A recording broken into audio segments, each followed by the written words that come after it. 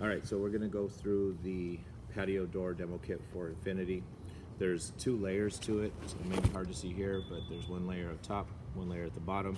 Make sure you know that. I have met reps that didn't know that there was 2 layers on their demo kit before.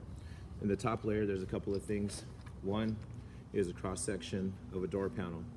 Again, we don't use Everwood in this particular market, nor in our future markets at this point.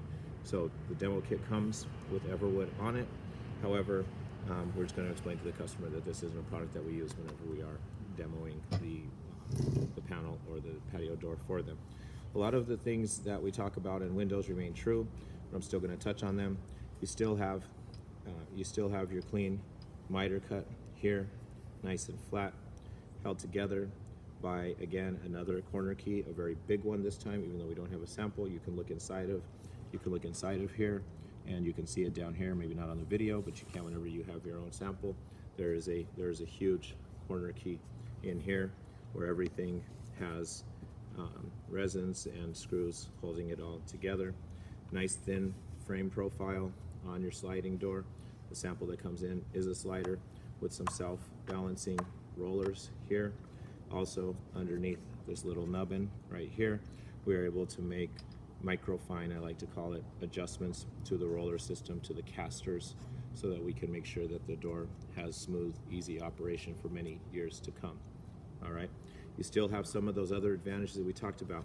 There's no glazing strips here on either the inside or on the outside or on the inside of the door panel. There's no glazing strips. It's still one-piece construction on each side that gives you a much more strong and stable support to the glass. And remember how massive the glass is on these patio doors. Some of these doors are 8 foot tall, right? Your panels are coming in like 95, 90, whatever, 90 some inches tall. So the glass gets very heavy. You have to have a strong, stable material to be able to support it. You don't want to have glazing strips on it that are going to be points of failure. You still want to have a single piece spacer like we have here. Whenever you look down and you see the spacer followed all the way back to the corner, you still have a single piece spacer. It is a stainless steel spacer, which is a better conductor than aluminum is. Obviously it's stronger also because we want this product to last. And statistically, your patio door, especially out here, is the most used door in the home, right? Hardly anybody uses their front door anymore. Use your garage door, but you only use your garage door whenever you're coming and going. Whenever you get at home, you're taking your dog out back, you're going out back to cook, you're going out back to be by the fire pit, you're doing a wide variety of things out in the back. Most used door in the home. That is why it needs to last. It's going to get a lot of cycles of opening and closing. All of this, between the strength of Ultrex, the resistance to heat, the one-piece construction, the stainless steel spacer, the one-piece stainless steel spacer, the thicker glass helping with sound transmission, the weather stripping, which we're going to get into here in a second. Lots of different things contribute to this door successfully doing what we want it to do. All right, now, having said that, you have another cross piece of the patio door in your sample kit. This one right here is gold. All right, this piece, the customer should see it every single time.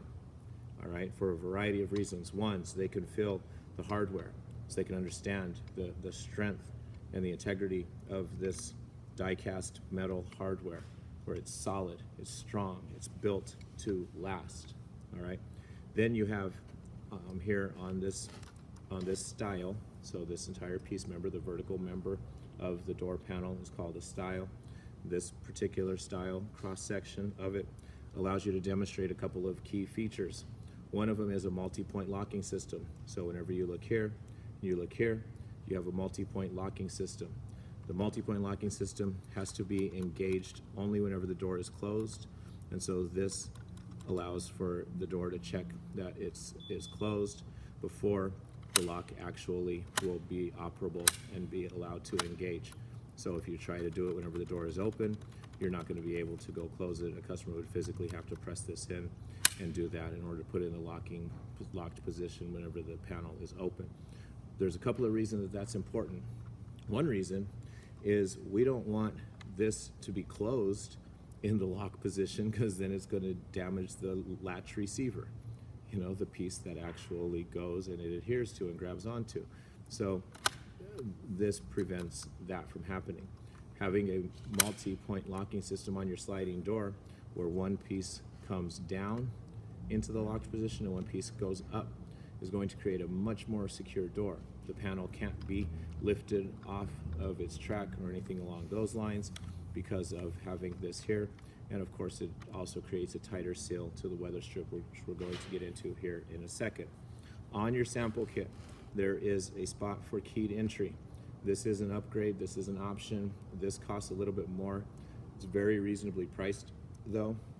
And the times that we would recommend this or apply it to a project are usually whenever somebody is parking a car over on a carport or just in some way where they're using this door for entry traditionally, or if they just wanted to have a place maybe to hide a key out in the backyard instead of at the front door, to hide a key, and then they can gain access to the home that way.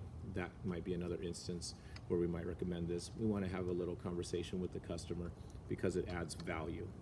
Okay, now this particular locking system, I can't remember what they're called, but this here can be keyed to match their existing key to their home.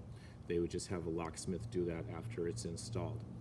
All right, so it does come with a key though, so that way you can demonstrate that functionality to them. So get familiar with this piece. Those are some of the highlights that you want them to be able to experience, get a little bit hands-on. The locking mechanism is an important component and piece of that. Make sure that whenever you go to demo it, you push this in. Don't sit there and I know it's going to work. I'm not sure what's going on. You might even sit there and crank it and break it, man. What are you trying to do? Push this in whenever you want to talk to them about that. Okay, that's this piece. Now you can keep this piece out even whenever you're going and getting into the second layer of your kit. I'm going to keep it out, but I'm going to finish explaining what's on the first layer of our kit. Additionally, you have a foot bolt. So the foot bolt is in here. It's very strong. You can allow the customer to check it out, feel it for themselves, and ultimately this will be mounted on the panel, on the operable panel of the sliding glass door.